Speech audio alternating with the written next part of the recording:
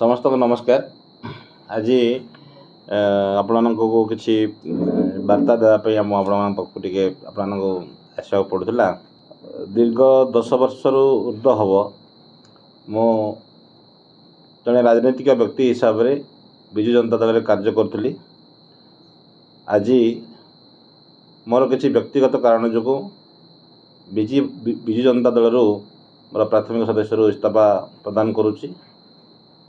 ओडिशार पूर्वतन मुख्यमंत्री तथा विजु जनता दल सभापति श्री नवीन पट्टनायक को जिला सभापति श्री प्रदीप नायक जरिया मोर इस्तीफा पत्र प्रदान करुच्ची।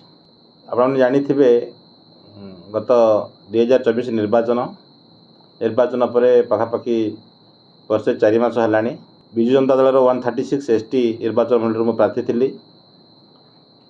परवर्ती समय मो दलर कौन कार्यक्रम अंशग्रहण कर मोर व्यक्तिगत कारण जो से आज आपको सामने आज मोर इस्तीफा पत्र प्रदान करुच्ची।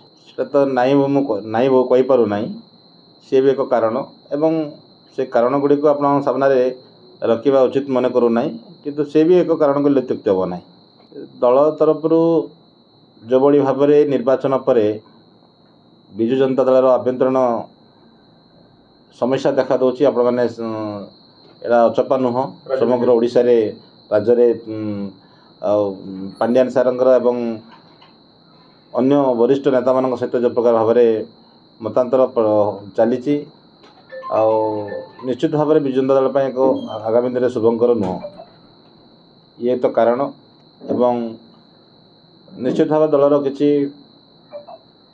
विजु जनता दल प्रथम धाड़ीर किसी कार्यकर्ता मानकर कार्य एवं विभिन्न कारण आज इस्तीफा प्रदान करुचु।